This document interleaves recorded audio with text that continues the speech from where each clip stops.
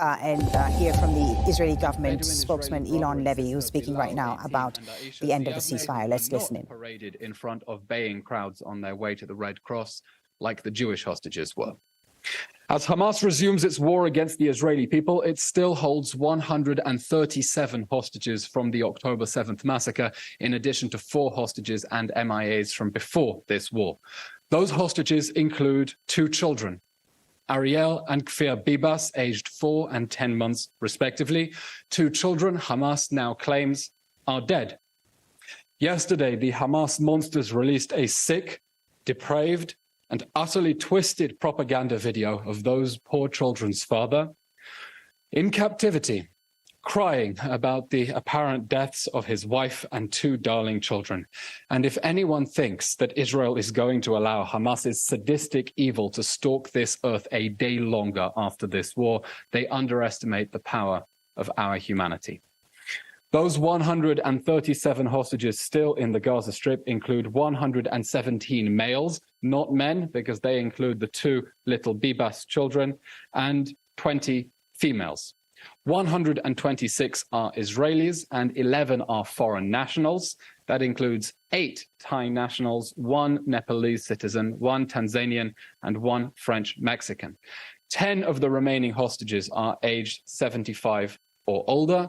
And 56 days, day 56 after the October 7th massacre, there are also still 7 missing persons.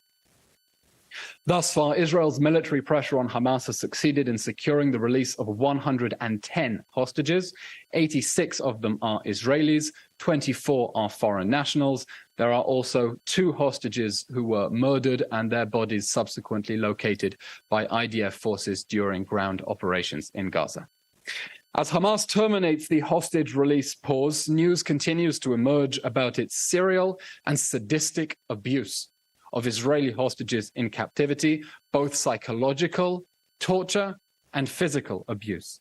We now know from the family of Yagil and Or Yaakov, aged 12 and 16 respectively, that Hamas drugged our children and branded them like cattle with burns from motorcycle exhaust pipes in order to identify them in case they tried to escape. And Mia Shem, aged 21, her family saying her hand injury was operated on by a vet. Hamas treated our people worse than animals, and we will put Hamas down. Yesterday, the Prime Minister met with our friend US Secretary of State Antony Blinken. Our American allies have firmly and vocally supported our right and obligation of self-defense in response to the October 7th massacre, and we remain in full agreement on the need to continue this campaign to get our hostages back, eliminate Hamas, and create a new reality in Gaza that ensures that the territory can never again be used to commit attacks against the Israeli people. Like our American allies, we too want to make every effort and are making every effort to minimize civilian casualties in this war that Hamas declared and to expedite the delivery of humanitarian aid for the people of Gaza. As of now, as Hamas resumes hostilities, the IDF is providing information to Palestinian civilians in the Gaza Strip on movement for their safety in the next stage of the war that Hamas has resumed, including taking note of the evacuation areas. We are determined to continue thwarting Hamas's sick strategy of human shields, having spent the last 16 years deliberately embedding its military infrastructure under homes, mosques, schools, and hospitals, and trying to keep civilians in harm's way in order to evade justice. The IDF has been sending messages and announcements to the people of Gaza, calling on them to evacuate from specific areas that are being used by Hamas for terrorist activities in the areas of what are, of course, legitimate military targets that will be destroyed in response to the October 7th massacre as Hamas continues to vow another October 7th. The IDF has published an evacuation zone map in Gaza, and we urge uninvolved civilians to evacuate along the designated routes away from the specific areas of Hamas terror activity for their own safety. That interactive map can be found on the IDF website, and the details are by now familiar to the people of the Gaza Strip. Hamas continues to make every effort to maximize civilian casualties. inside Israel and on their own side. We are doing our utmost to minimize those casualties in accordance with the principles of international law. The assault Hamas launched with the October 7th massacre and is choosing to continue fighting out of densely populated areas that we are doing our utmost to evacuate. We will continue to uphold all our obligations under international law and to insist to the last inch on our rights. This war will end with the end of Hamas. We'll now take your questions. Thank you. Question from Jim Williams, Zenga International News Service, Washington. Last night, a news conference that the US Secretary of State Blinken confirmed that International Red Cross visiting the hostages was part of the deal between Israel, US, Egypt and Qatar. Why haven't they seen the hostages? We are demanding, of course, in accordance with the framework, that Hamas grant access to the Red Cross to visit the hostages, in accordance with every principle of humanity. We're talking about people who were brutally abducted on October 7th. They're being held incommunicado, some with serious injuries. We saw Mia Shem being operated on by a vet, one hostage returning with bullet holes still in her, wounds still in her leg. 50 days after the October 7th massacre, an 84-year-old hostage brought back in a critical condition. Hamas continues to hold our hostages incommunicado without basic humanitarian mercy. We welcome the call from the UN Secretary General that the Red Cross must be granted access to those hostages immediately and unconditionally. And as we said yesterday and have been saying consistently, we expect the United Nations and all international agencies to to start putting pressure on Hamas to give the Red Cross access to those hostages, while those agencies continue to cover up and deny Hamas's abuse of protected humanitarian facilities for military purposes, while those agencies continue to provide cover for Hamas's ongoing and severe violations of humanitarian law. It is time for that cover-up to stop and for the United Nations to put serious pressure, any pressure, on Hamas and its supporters to grant the Red Cross access to those hostages so the 137 remaining hostages in the Gaza Strip can be given that basic humanitarian mercy until they are released immediately and unconditionally, as we are demanding. Next question from Coach Winehouse, Globe Banner. In responding to US pressure, what would prevent Israel committing to allow limited number of Gazan non-combatants back to the north in a safe zone when the north is secured? The northern Gaza Strip at the moment is still an active war zone. The IDF is continuing with its operations now to totally eliminate Hamas military infrastructure.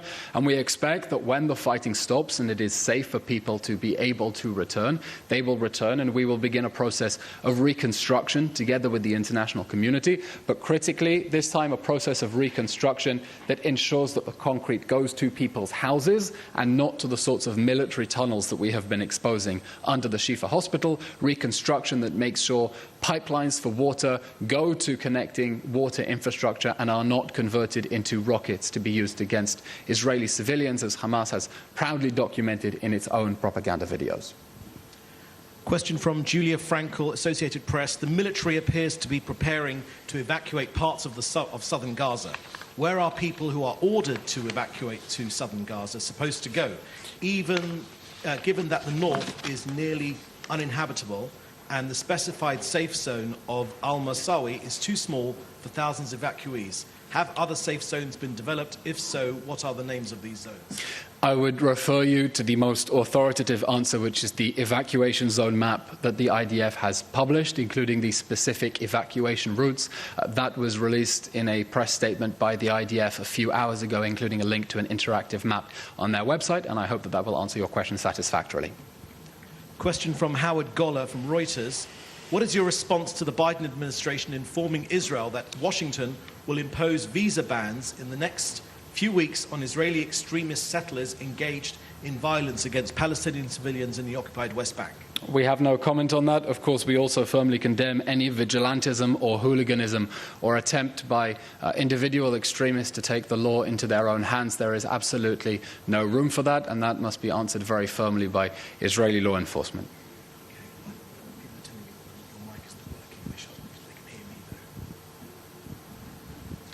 We appear to have a problem with our microphone, so I will continue like this. Do we have any other questions, please? Yes, from Indian journalist for TV9.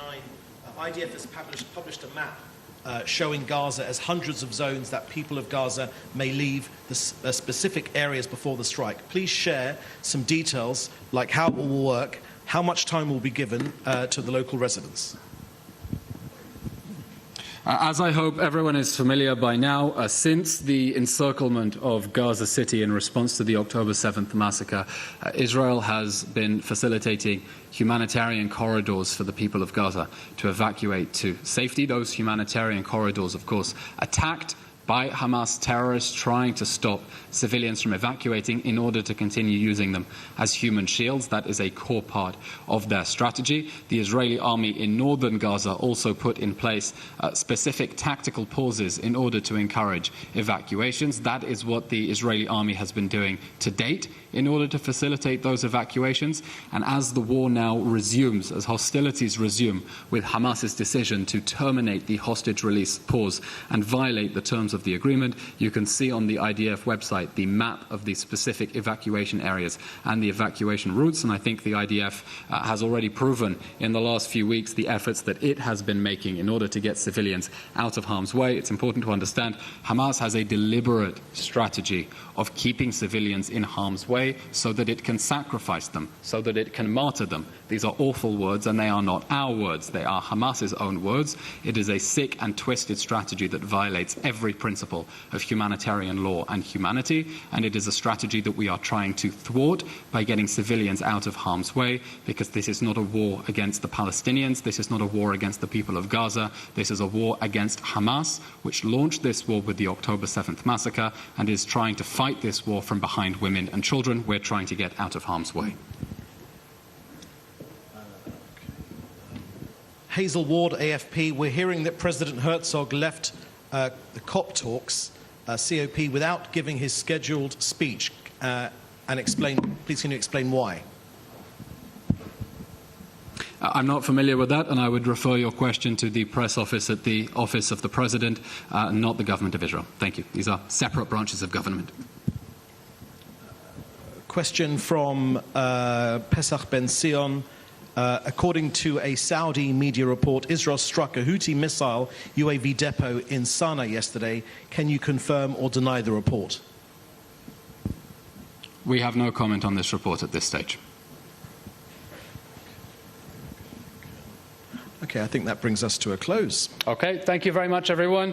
Shabbat Shalom, and let's hope for a peaceful and safe weekend. Thank you very much.